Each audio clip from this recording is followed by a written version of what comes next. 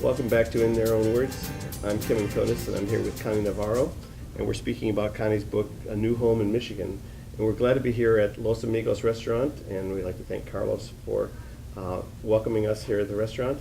And it's a new day. It's come a long time since you first came to Muskegon.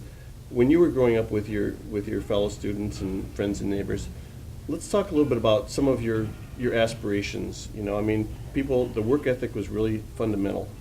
Yep, and the traditional American values of make something of yourself and make something for your future. That was really a motivation, wasn't it, for correct people?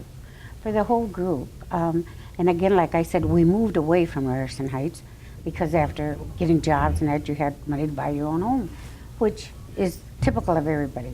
You start saving your little money or you're renting, and then you want your own home. So, and most of the ones that we were together, we wanted to finish school to prove to our parents that we could do it, okay? And I think most of us, even the youngsters now, do. And not only because now it's a must to have a degree to get a good job, but at that time, we wanted to show our parents that we were proud of them, of our background, and that we did want to finish school and go on to do other things. And like I said, at the time, there wasn't that many Latinos that were role models. And so we only had a couple of role models. And again, remember, a lot of them were working in shops and were not educated to be teachers. I think our first, and I'm guessing at this, but I think our first Latino teacher was Clementine Gramones and Hope Varela, which they came from big families. And again, you have to remember that in Muskegon, there was people that were here already that were living in Muskegon in different places. And we lived in La Colonia, either we married into each other's family, or my family never married anybody from the Colonia. And it's surprising because almost all my friends are related in one way to each other. I speak with my hands a lot, so I hope you get that over. But we did. But we grew up thinking, we're going to be something, we're going to do something, and it's important for our kids to see that we've come up and that we've done more than what our grandparents and what we had. And yes, we didn't have that many toys and everything that when we were growing up, but we were going to make sure that we had money and jobs that our kids would not be not ashamed of, but say, hey, why aren't you a teacher? Why aren't you this? And so when the inspiration for us was to do better than what our generation did. So our generation, almost everybody that's in this book that were together have graduated.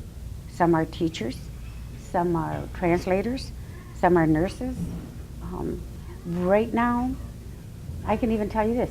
In 1991, when we started this organization, Latinos Working for the Future, I don't think anybody in the board had a degree. In fact, no, I'm vouching.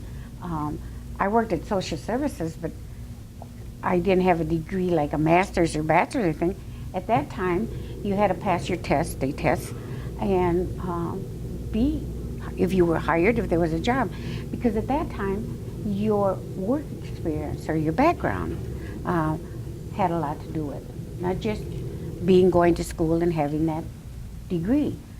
Now it's hard because you have to have that degree in order to go on. So our dreams were like everybody's dreams, to do better, to upgrade our family.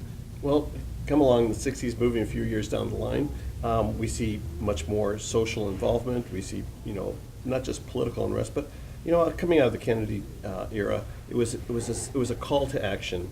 Ask not what your country can do for you, but what you can do for your country. It was really an inspirational time, and we saw the enactment of the civil rights legislation. We saw voting rights. We saw Medicare. We saw a number of ways that were helpful and beneficial to the country in terms of bringing people together. Mm-hmm. Plus, you had the baby boom generation, which Correct. I'm a part of, that were going to college and were seeking to make their own lives. talk about some of the impact of how the '60s movements had here in Muskegon, and I'd like to, acknowledge and come to address the issue of Cesar Chavez, because Cesar Chavez came to Michigan and was probably very helpful for the people in the farm industry to get a direction for their lives as well. But we're about to honor his birthday here, coming up at the end of this month, and I just think it's important that we should show how that progress went through the '60s and where that opened new doors. At that time that you're talking about, I was working at social services, and Cesar Chavez was coming to Grand Rapids to speak. And he came to Grand Rapids, but he also came to Muskegon. The community center, Hackley Community Center, which is on Hackley, is torn down now because of a fire. But Cesar Chavez came there with Father Legault and a lot of the Latino people. And he was an inspiration because he was fighting for the rights of the people, the migrant workers that were working in the fields. And like I said, it's not just Latinos, it was everybody that worked in the fields. His way of demonstrating and speaking was because some of us were not getting paid correctly. Some were living in places that they shouldn't. And it did change. When we talk about Cesar Chavez and his coming up, I think he was a leader that truly, and again, I have to go to leaders. You're talking about Kennedy. And Kennedy to us was, can I say this without God putting a strain on me like everybody says? But he showed passion, he showed love for everybody. It wasn't just one side and another. What was right, what was wrong was wrong. The people question everybody for their rights. And with Cesar Chavez, it was the same way. They were born in Texas, and then he went to California. And Cesar Chavez is a story just like any migrant story. They left Texas because there wasn't jobs, so he went to California. Then he was there, and then he saw how some of the people were treated, so he wanted to have the civil rights movement going. So that's what he did. When he came to Lansing, I have tapes of him when he spoke in that, because at the time, he was the leader. Like Kennedy was the president, and like Martin Luther King was the leader for the African American, Cesar Chavez was the leader for the Latinos. Well, I was fortunate to meet him in late '69 at UCLA, and Loris Huerta, who also was very instrumental with the United Farm Workers and leading these things. And it's important to point out that there's been a lot of stigmas and mythology that's been associated with people of Latin or Hispanic culture. Correct. As a Greek, we had other stigmas. Listen, just about every immigrant group in this country, whether they be Italian, Irish, Polish, German, Correct. There's been some sense of, if not racism, some sense of class distinction, which is, in the long run, negative, unnecessary, and a distraction, and it really hurts us all. It does, and I think that that's one of the things that we have to realize, that just because one or a couple are doing it, everybody doesn't feel the same way. But that there are people that feel that way.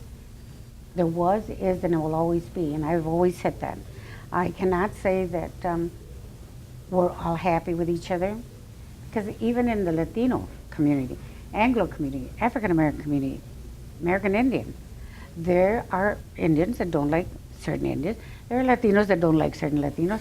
Why? Because they're Puerto Rican, because they're Mexican, because they were born here, they were born in Mexico. It's just something that we grow up with, I believe. And they can say whatever they say, that we've all been slaves. I think that everybody in this world is a slave.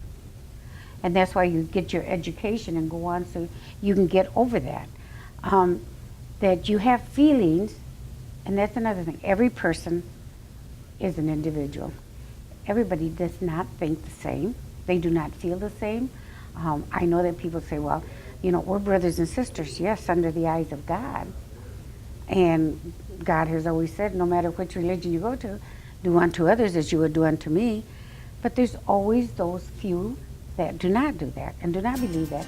And so I believe that that's going to be here forever.